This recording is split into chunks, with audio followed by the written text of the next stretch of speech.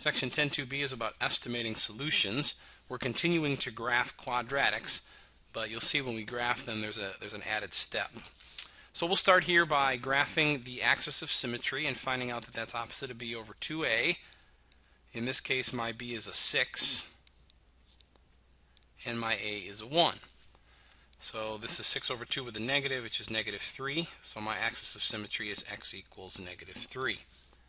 I'm going to go to my graph and graph that. So there's my axis of symmetry.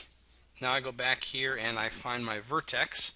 Remember, by plugging the axis of symmetry in for the variable, squared plus 6 times negative 3 plus 7, and then solving. Negative 3 squared is 9.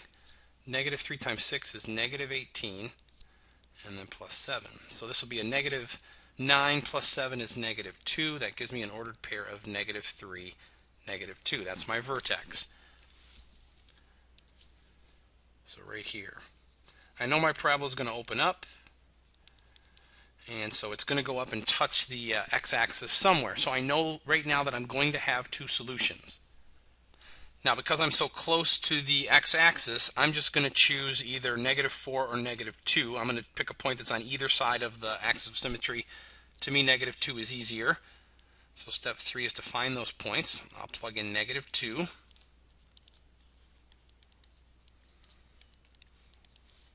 Negative 2 squared is 4, minus 12, plus 7. That's a negative 8, plus 7 is negative 1. So when I plug in a negative 2, I got a negative 1. So going over here, negative 2, negative 1 is right there. And that's 1 unit away from the axis of symmetry, which means there must also be a point over here at negative 4, negative 1. Now we're getting closer to the x-axis, so I think the next number to try would be negative 1. So I'll plug negative 1 in.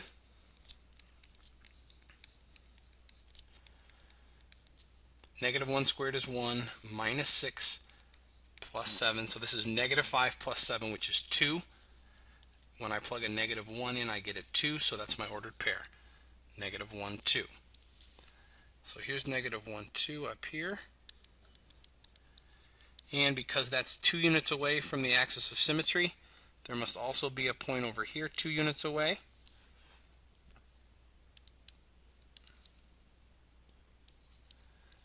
At negative 5, 2. So graphing my parabola, just so you can see the sketch, will look like this. Now here's where the difference comes into play, because this is very similar to the last section. But this time you notice that where the parabola crosses the x-axis is not on a perfect cross here. It isn't on a perfect point. You can't say the answer is 1, 2, 3 or negative 1, negative 2. You can't say that. What you can say, though, is that it appears that this line goes between two numbers. And on the left side here, it goes between 1, 2, 3, 4, negative 5 and negative 4. So the way that you write that is you say negative 5 is less than the variable, and I believe the variable in this one is n, correct? So I say negative 5 is less than n, which is less than negative 4. That's how you write the fact that the n, the variable, is between negative 5 and negative 4. And then the other one over here is between negative 2 and negative 1. That's how you write your solution. This is called estimating the solution. I don't know exactly what the solution is, but I know one of them is between negative 5 and negative 4, and the other one is between negative 2 and negative 1. Here's another example of estimating solutions. We'll start by axis of symmetry. Here my b is negative 4 and my a is 1.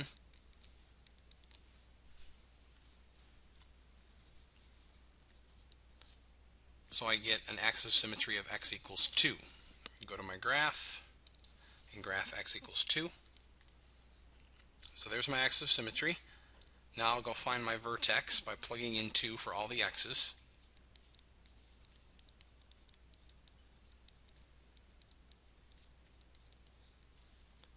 Two squared is 4, 4 and 2 is 8, and in this case 4 minus 8 equals negative 4 plus 2 is negative 2. So when I plug in a 2, I get a negative 2. So over here, 2, negative 2 is right there. Now because my axis of symmetry is at 2, I either got to try 1 or 3. I like the number 1, so I'll plug 1 in for x.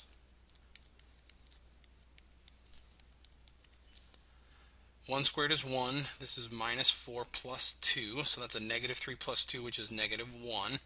So when I plug in 1, I get a negative 1. I'll graph that. And because that's 1 unit away from the axis of symmetry, there's also a point over here at 3, negative 1. We're getting close, so I'm going to do either 0 or 4. 0 is obviously easier, so plug that in.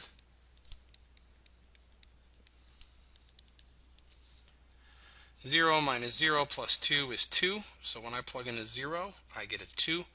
That's my last ordered pair. 0, 2 is here.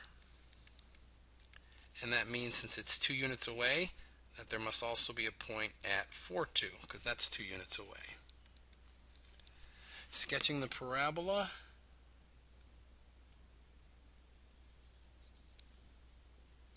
Now we notice that it doesn't go directly through a point, but it does go between these two numbers and these two. So we'll start on the left.